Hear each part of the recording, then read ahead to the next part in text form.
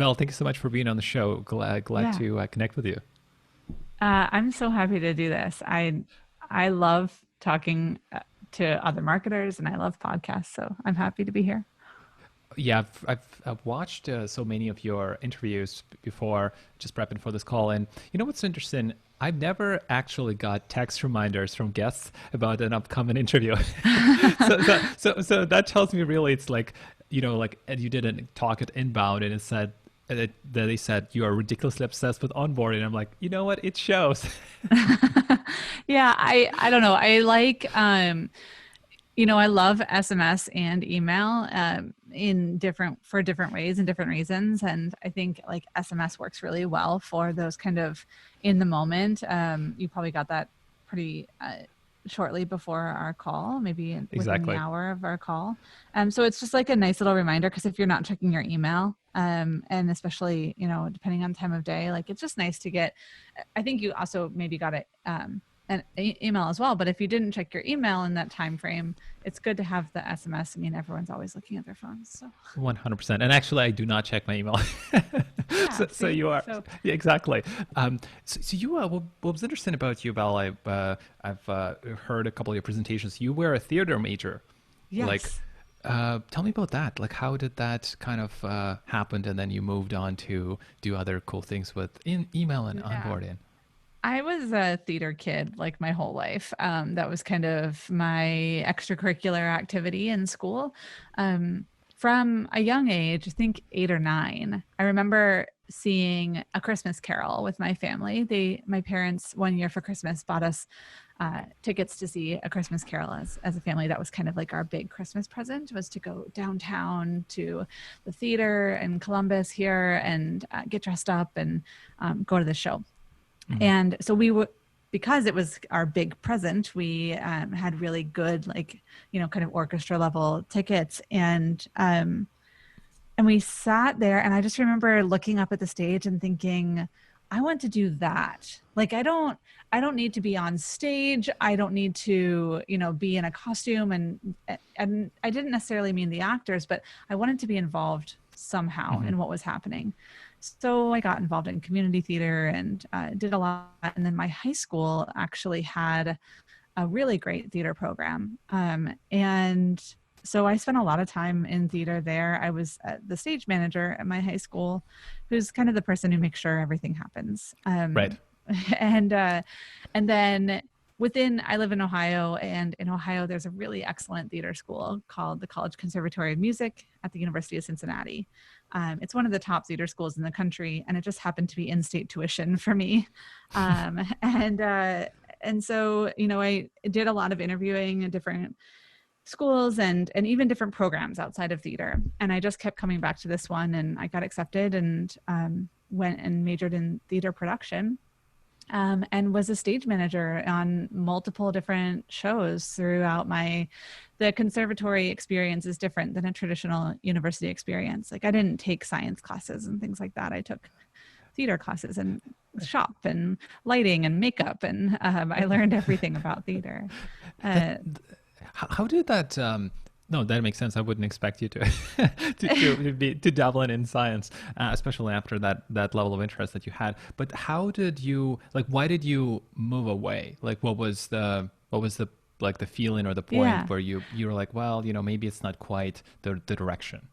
sure. So theater was like such a part of my life, and when you graduate from a conservatory program, there's nothing to do but theater. So I worked in theater for many years after I graduated, and at a certain point, I got just kind of sick of moving from city to city. You move around a lot unless you are with one particular organization for a long period of time. Especially when you're young in your career, you're just going. I lived in 4 different cities in a year, and that happened over multiple years. And I wanted like a consistent routine in my life. So I ended up applying for jobs as an event manager at various different locations and worked in special events at a botanical garden. And so special events really taught me, I mean, it was a lot of the same skills, but then I learned more of the business side of things. And I worked for Marriott for a little while, so I learned kind of big corporation, and then I worked for Lululemon as a store manager, which is kind of like being a special events manager. Actually, it's way more special events than retail. Hmm. And so through Lululemon, I learned a lot about how to run a business. They basically, when they launch a new store, they have store managers, and they give you, kind of the playbook and a budget, and they say, here, go do, and you basically run a business. And so and then the other thing that they do as a company is they say, what do you want to do that's not working here at Lululemon? Like, we want to help you do what you want to do. And I knew, because of all that experience, that I didn't want to have like a boss, but I wanted to run my own business and create my life on my terms. And so when I left Lululemon, I started a VA business, and I was a VA and project manager for a lot of different business owners. And learned a lot about marketing, even more doing that. Learned about working online and remotely, because to that point I had worked only in person with people. And that was over 10 years ago. And, I've gone through iterations of that business. I'm obviously not a VA anymore, but worked in, different facets of marketing, and kept coming back to email. So, coming back to email over and over again in every project that I worked on, and even working in-house at a email service provider. And I don't know, email is something that's like, there's this joke in the email community that none of us chose email chose us. And that feels very true for me. Right, but it's I've seen one of the screenshots you posted during your presentations, and it shows the number of onboarding free trial or demo emails that you sign up just to see what's going on, and it's like it's like 50 of them, and I'm like, wow, like if you sign up for that many just to because. Hey, of course, it's the work reason, but also I'm sure you're that Just interested. I'm like, curious. exactly, just curious. Like I've never signed up for that many, so I'm like, well, you're doing exactly what you want to be doing. Yeah. And actually, early on I guess it was like the end of 2019. So like, oh yeah, it was Thanksgiving, right around Thanksgiving of 2019. I signed up for every single, at that time, presidential candidate email list. With a like separate Gmail account. It's not all coming into my regular everyday inbox. But I just wanted to see what the campaigns were doing. And so I don't work in political emails or campaign emails, and that's not my target market or anything. It's just, I'm fascinated by it, by the way all different kinds of businesses run email, and Yeah. and especially like a donations based business. How do you operate your email campaigns? Oh, Um, it's got to be super hard, right? Like, how do yeah. you get the money from people over email? Yeah, and like when you're a nonprofit, that's probably one of those really hard things. Like, what do you offer them, right? Well, you build relationship, right? So like, one thing I noticed in the campaign emails was there were certainly candidates who their email campaigns where every single email was an ask, without sharing information, without any kind of give other than like, I will become your president, which is kind of, that's a long game, right? Like, we have Hmm. to, especially in email where we're showing up in somebody's inbox, like I refer to the inbox as kind of the digital living room. So you're just kind of like popping into someone's house and asking them for something, instead of saying like, hey, hi, let's talk for a little while. Oh, by the way, can I borrow this thing from you? Um, so, uh, you know, what I realized over the years in marketing, and then was very much reflected in this kind of mass amount of emails I got in a short period of time with the presidential campaigns, was, it's really about building relationship and storytelling. And Hmm. when you are able to tell the story and show the impact that someone's donation or dollars, or whether they're spending it on a product or giving it as to a campaign, you have to show the impact and the benefits. And you can do that through telling the stories of other people who have bought the product, who have donated to the campaign, who have, raised money for the gala. Whatever your main goal is for your brand, if you do it through storytelling, you get a much better reception from your subscribers than if you are only ever showing up with your hands out. Do you think, Val, was there any aspects from the storytelling perspective that stood out to you that were done a little bit differently? I mean, we know there's basic structure, there's the setup, there's the conflict, there's resolution. It's like the most basic. But like in terms of things that you've seen either from this presidential campaign or other campaigns that do storytelling, are there any aspects that they're doing differently that stands out to you? Like, oh, this is really interesting. I should probably consider doing that for my client. Yeah, that's interesting.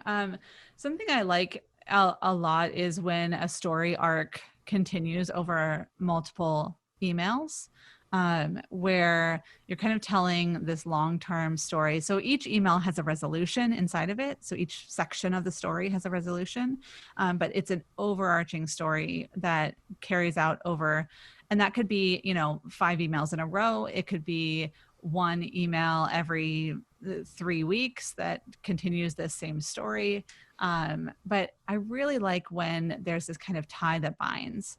I think it gives some kind of consistency for the reader, that it's like picking up a book that you're in the middle of, and you've already read the beginning chapters. You know who's involved. You don't need to reread those, and you also don't want to read a new book every single day. You want to kind of get through the whole book.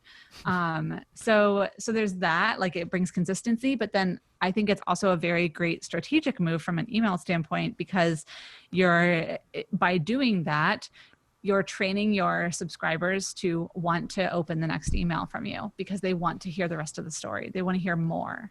And so they're going to continue to open emails from you, which then tells the inbox they want to read your emails, which then increases your deliverability. So it's like overall strategically a great move to deliver a story over several emails, or to find a way to get your subscribers to open multiple emails from you kind of right in a row. It seems like a concept of, when you're releasing a book and maybe you're self-publishing a book, just releasing it chapter by chapter, right? You're like Yes. teasing it a little bit out, and it's a similar sort of concept where like people, they excited, they already read it, and they're, like you said, that they're familiar with this concept, right? They keep consuming. Yeah, it's not easy to do, but when it's done right, it can be really beautiful. So you did email teardowns, and I'm sure you keep doing email teardowns. Did that start as a hobby, or you had a thought in mind like, hey, I can do it, and it potentially can be a lead gen or I hate lead gen, but like as something as that attracts potential clients, that demonstrates that I know about it, Yeah. or my expertise. Well, and that's actually what it was, is that I was doing all these email projects, whether I was in-house or working with clients, but I didn't really I was doing what the clients wanted me to do. And I had a lot of, kind of ideas about what email should be and the way it should work. And I had done, lots of research and education around email. And I needed a way to show my concepts for email to the world without having a client project for it. At the time when I started doing email teardowns, I had kind of what's referred to as like a whale client. So kind of one client that takes the most of your time. And for that client, I wasn't necessarily always doing email projects. And I knew that I really wanted to be focused on email. And so I created onboarding teardowns as a way to show my expertise, because I didn't have clients that were paying me for those projects yet. And I knew that I didn't want to take on pro bono clients for projects like that, because I knew that I Right. had the expertise.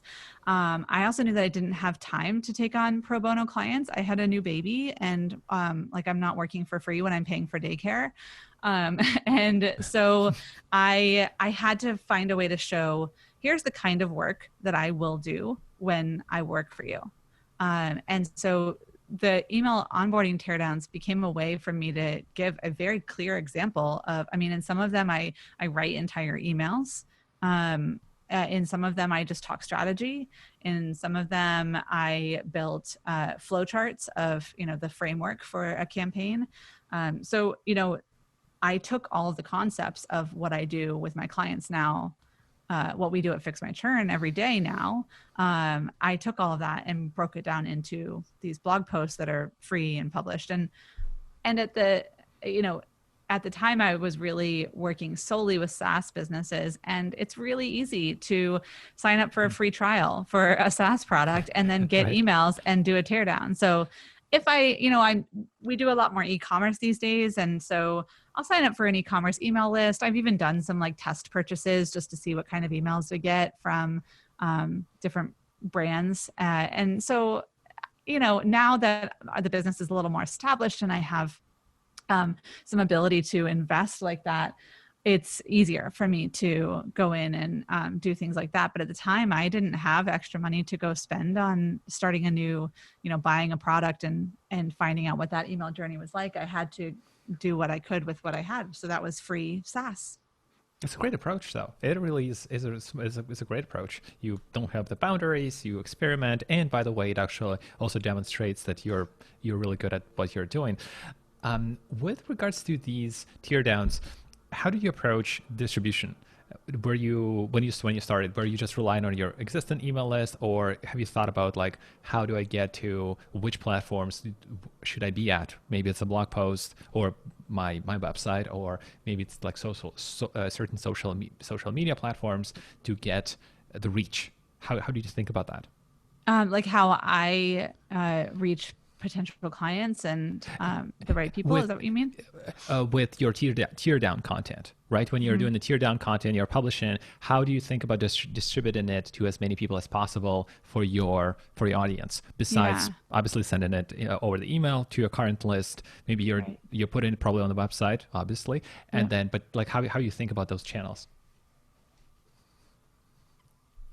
Yeah. So my email list is really important to me. And so that's kind of the first place that I start.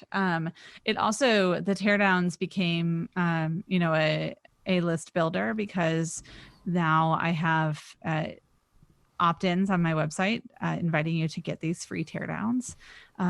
So, and then at the same time, I was also building my presence on Twitter. I probably had like 1,000 followers at the time. And so I honestly, like, for a long time on Twitter, I felt like I was tweeting into a void. But I was consistent with it. And people started to pay attention to the teardowns, to what I was saying, to my emails. And I also created very shareable ways for other people to go out and talk about my teardowns. So they have like click to tweets in them. And I asked people on the email list to share them. So I just making those very direct asks. And then I also would build Twitter threads of, here's like a breakdown, basically a Twitter version of the blog post, a shorter version, where I was able to tag the business that I was doing a teardown on, and really build out the expertise on Twitter so that people would then come to the blog. So it's really just been about consistency. And even when I felt like, even on my email list for a while, I felt like nobody wants to hear these, but then I just kept going. And people eventually did. And even still, I wrote the original set of onboarding teardowns in 2018, maybe January through June of 2018. And they still go out to new subscribers, and they're still valid. They're still like, I would stand behind every piece of feedback I give in those teardowns today. And they're still great lead gen tools. People still reference them all the time. Like, there are people today getting my very first email onboarding teardown via email, because that's part of my welcome sequence now for our new subscribers. Right. Yeah, there's consistency matters so much, and especially just like having this narrow focus, right, and not being on every platform, but just if it's Twitter, let's do Twitter, but like get Yeah. deep into it and do it over a longer period of time. Yeah, Twitter's always been for me, like I don't want to be on Facebook. And I only have an account there because my family has group channels for kids photos. That's literally why I keep Facebook around. And then LinkedIn is just like it's too much noise all the time, Mhm. too much happening on there.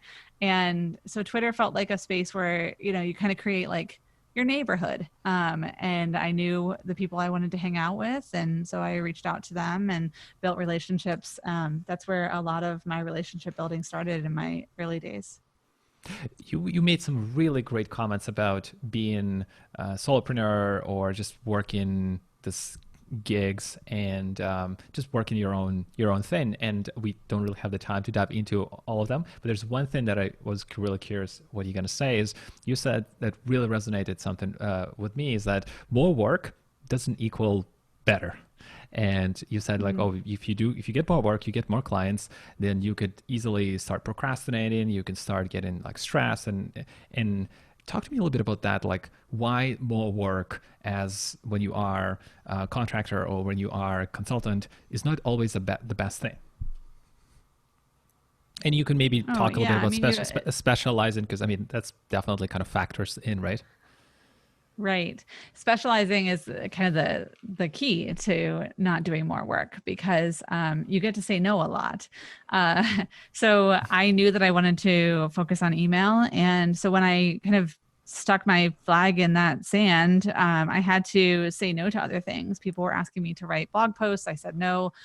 They were asking me to do copy for landing pages. I said no, and I got to just really focus on email. And saying no is scary as a freelancer or contractor, because you don't know when the next prospect will come through the door. But I have found every single time I've said no, it I'll say no to something that sounds like okay, that could be interesting, but also maybe would be a pain and I don't really want to do it. And there are definitely even today still times where I want to say yes, but I say no. And almost immediately, I have something that's like perfect for me walk through the door, right after I've said no. So it's always been a little sign from the universe that I did the right thing in saying no. And sometimes it takes a little longer than immediately, but I really believe in the power of like standing behind what you do. And I did a whole talk at Learn Inbound last year about specialization and how important it is and why it matters. So that's like an hour if you've got it. It's a great talk. Like that one is really good for anybody who's a freelancer.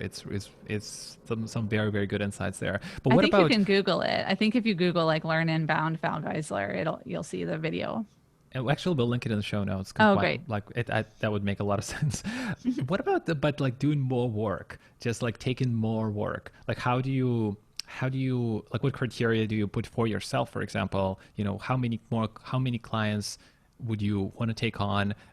Not in a number, but just in general. And then at what point you'd say, you know what, I'm not going further than that because of Yeah. X, Y, Z. Well, I have two young kids, so they are my stopgap on like everything. So I have a limited amount of hours that I can work every week, and especially now that childcare is incredibly limited, it's even less. So I have had to learn to rely on a team more, and it's actually allowed me to serve more people by working with a team of really talented contractors in both copywriting and strategy and in research. So they support doing serving more people, but also we all get to do less work. So they don't have to go out and do sales and marketing. They just get to do the work that they're really great at and that they love because they don't like doing sales and marketing. I get to go out and do sales and marketing because I'm really good at that and I love it. Mhm. And then we all get to serve more people through doing that. So by relying on other people, it's been, it's a challenge when you're used to running everything yourself. I mean, I haven't always run Fix My Churn. I used to run a brand called Val Geisler. So everything was me. Mhm. And now it's not all me.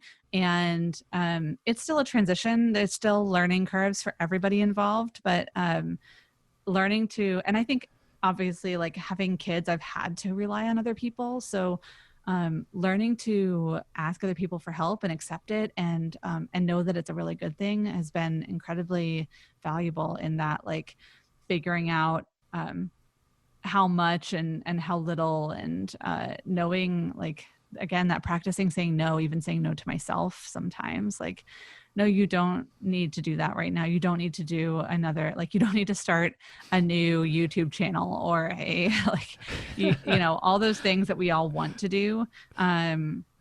It all sounds nice, but being able to say no to myself has been really helpful.